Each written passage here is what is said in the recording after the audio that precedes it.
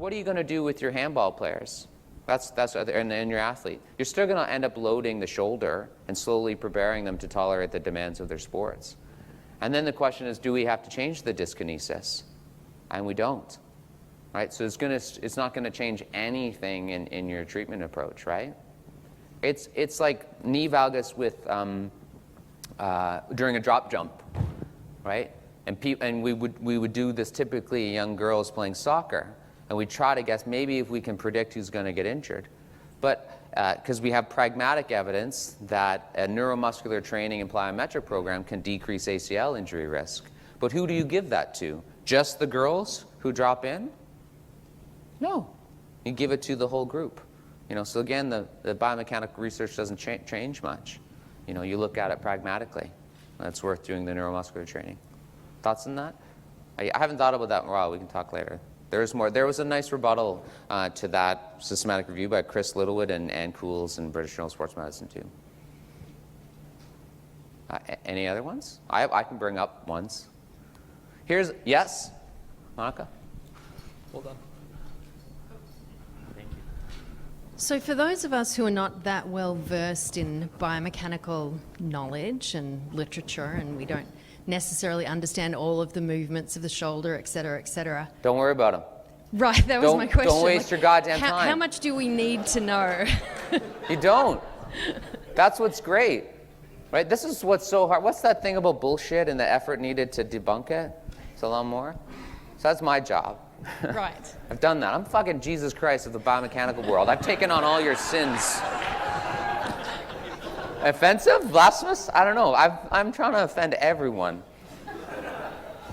Okay. Yeah, that's it. Like that's the whole point. To me, that's the whole point of like challenging these ideas. Because it's saying you don't have to take another, hardcore biomechanical course. We need to develop our skills in other areas. And that's the idea. And we need to stop making people feel stupid because they don't know all the permutations of how the scapula moves and what muscle turns on and all the force couples. Because it's just academic. It doesn't change anything. Right? When we look at all the treatment programs that end up doing scapular stuff, is they do symptom modification. They change how someone moves to get control of their pain. And then they keep loading up that shoulder so it can tolerate the loads placed on it. And then if you're better, then you say, what else in your life is going on that's sensitizing you? And now suddenly it's a whole biopsychosocial approach without having to say, oh, your scalene is stuck to your foot. I don't know how. I'm not a fascial person. Want to talk about fascia? So this is like the fascial interconnectedness that we talk about. There's anatomy trains. And no doubt, like you have fascia that spans across the body, and we are interconnected. But one of the anatomical arguments is that those trains or links that people talk about are artifacts of the dissection. Right? You can create that. There is a paper, it's on my website, it's called like Stretching the Power of Manual Therapy, where I reference this one guy and I forget it. He says they're artifacts. Yes, it's connected, but it can be connected in a lot of different ways. And it's not that connected. Like if you tug, we did a paper trying to get the glute max to fire while someone was walking, and then the lats, thinking that there was a relationship between the two. There really wasn't, but that was separate. But if you tug on the glute, yeah, it's connected a bit up the spine, but it only goes up like 4 inches. After that, the force just dissipates. And you know this. Like if all of you put your hands in the air and wave them like you just don't care. No. Right? And then keep them really high up by your knees, and then bring your feet up onto your chair, or bring one foot up. Do your hands come down? They probably move 1 or 2 degrees and they come down a little. Right? If this was dramatically coupled, you just, as soon as that, look at that, that's 9 degrees of hip flexion. We'd have to go down somewhere. They hardly move at all. Right? So the idea that you have a little bit of scar tissue here or an adhesion here, and then it affects your right shoulder, right? That doesn't make sense. We're not that frail. Right? That's a pessimistic way to view the body. And so you can look at that academically, but you can also just experiment with yourself. Okay, Don't experiment yourself in public. Okay. I've got one. But I need you to go back to the 4 requirements that you have. Oh. Can you go back on the slide? That's yeah, it. just remember, okay. I just made this stuff up the other day. I know. I'm trying to trip you up, and I don't think I can. So my thought, trying to trip you up, Oh, good. okay, is clinical diagnosis of lumbar spinal stenosis and extension, Yeah. avoiding it. Okay. So what's the biomechanical flaw, though? Well, right? the biomechanical flaw is that they have too much space taken up in their spine, right? Oh, okay, And compressing on the. Yeah. Yeah. So that there's some peripheral sensitivity. Sure. Yeah, that's great. So sometimes the periphery is really important, and it's sensitized, right? And so what's the class? The classic is the Williams flexion protocol for that, right? And that really makes sense. But we don't need any biomechanical mumbo jumbo for that. It hurts to flex. Okay, for a little bit, let's not flex. Or sorry, it hurts to extend. For a little bit, let's not extend. But then what do you do after a while? You slowly introduce extension. So that is a good one. That's a great example. We should not ignore the periphery. It's still relevant. If you have a tendinosis, right, you are more likely to develop tendinopathy.